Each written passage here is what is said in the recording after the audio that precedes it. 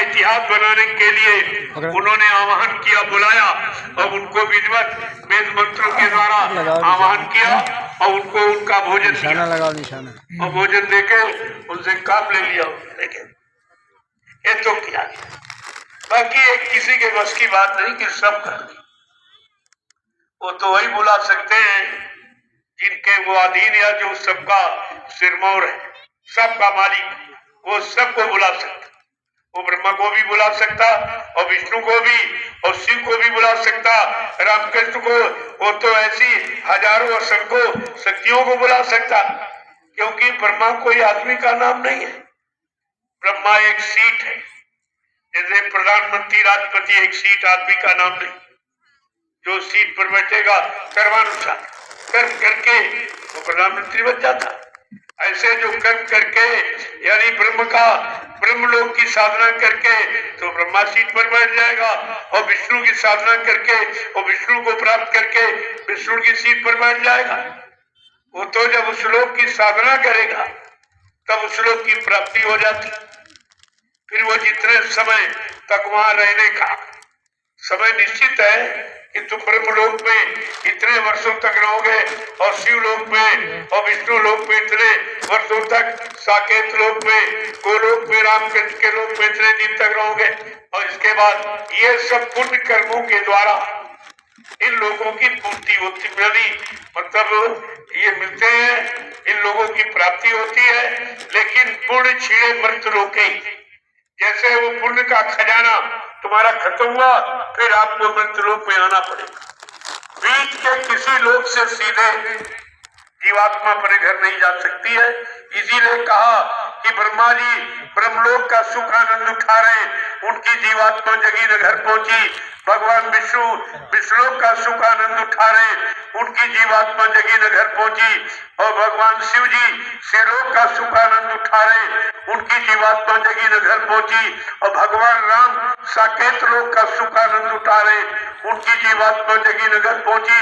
भगवान कृष्ण गोलोक का सुख आनंद उठा रहे, उनकी जीवात्मा जगी न घर पहुंची। देवी देवता देवलोक का सुख आनंद उठा रहे, उनकी जीवात्मा जगी न घर पहुंची। क्यों? जीवात्मा को जगाने का अधिकार केवल संत सद्गुरु, किसी को ये काम कोई नहीं करता।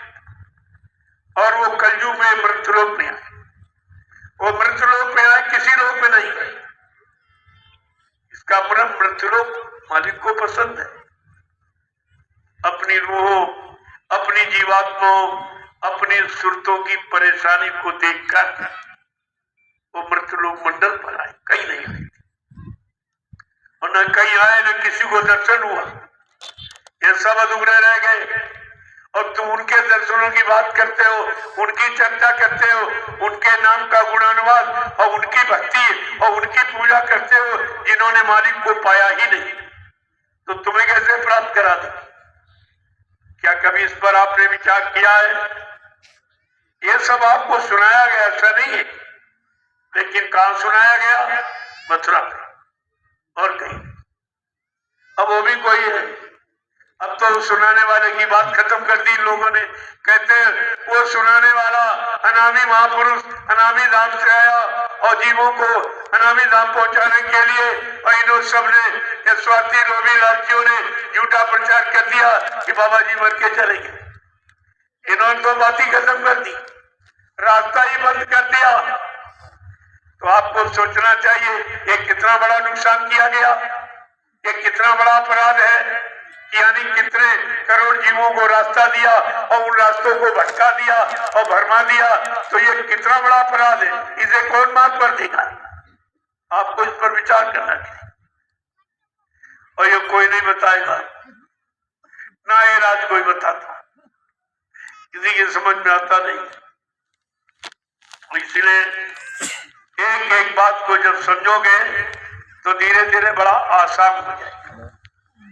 जैसे जंगल में छोड़ दिया जाए और जानकारी किसी वनस्पति की नहीं, कोई पेड़ की नहीं, तो आप कौन सा फल खाओगे?